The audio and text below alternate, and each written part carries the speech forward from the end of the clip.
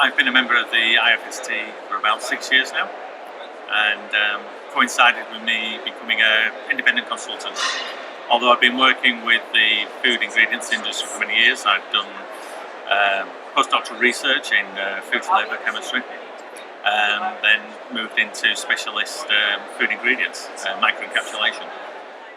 So I've been working with the food industry for probably 15 years or so particularly, and it kind of dawned on me that why wasn't I a member of the IFST?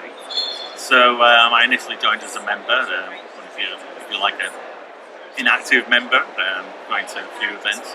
But then, particularly as a consultant, when I had more control over my time, it just made sense to get more involved. I wanted to, if you like, give something else back. So I spent time working with some of the events around the Young Scientist competitions around the country, and so I've been helping on judging panels with those and listening to some of the new research and new researchers coming through and presenting their work, which is absolutely fascinating. So it's great to see new talent coming through, but also it gives you a bit of a horizon scanning. You actually see what's likely to be important in the future and what's likely to become more mainstream. And the membership has been invaluable, really, for making contacts and developing a network, which obviously as a consultant that's really important. And it's really been a pleasure. Well, I suppose it goes back to thinking to myself, why haven't I joined the IFST when I'm so involved in the food industry? And because the food industry is so wide and complex and multidisciplinary, there's such a wide range of people that really should be involved to help them interact with all these other areas in the subject, whether it's flavour chemistry or process engineering or biotechnology.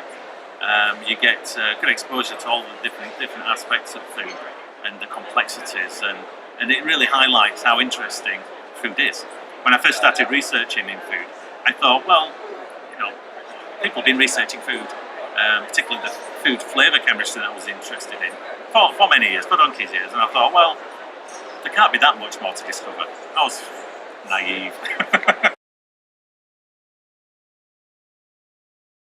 I think for me, it's the networking opportunities. I think it's the opportunity to meet people across the industry. As a consultant, you're quite isolated often, and it's sometimes difficult to keep up to date with recent trends, modern trends, or developing technologies. And so, through kind of my membership of the IFST, it's enabled me to do that. And also, as a consultant, there's a consultancy group. So I joined the committee on the consultancy group to get more involved in developing things around how we can support consultants as well. And so that's been another aspect. One of the main aims is to facilitate networking amongst consultants, to try and bring consultants together. So we do have more interaction than being stuck in our offices or working alone. Also looking at added benefits through bringing in speakers on topics that would be of interest across the disciplines of the consultants that we've got. So whether that's intellectual property protection, whether it might be insurance issues, or marketing, for example. So trying to stimulate speakers to come in to talk about those kind of issues that are particularly important. I suppose not just to consultants. Could have great advantages to small businesses, for example, who don't necessarily get out much either. And I've worked with two SMEs in the past, so I know how precious time is.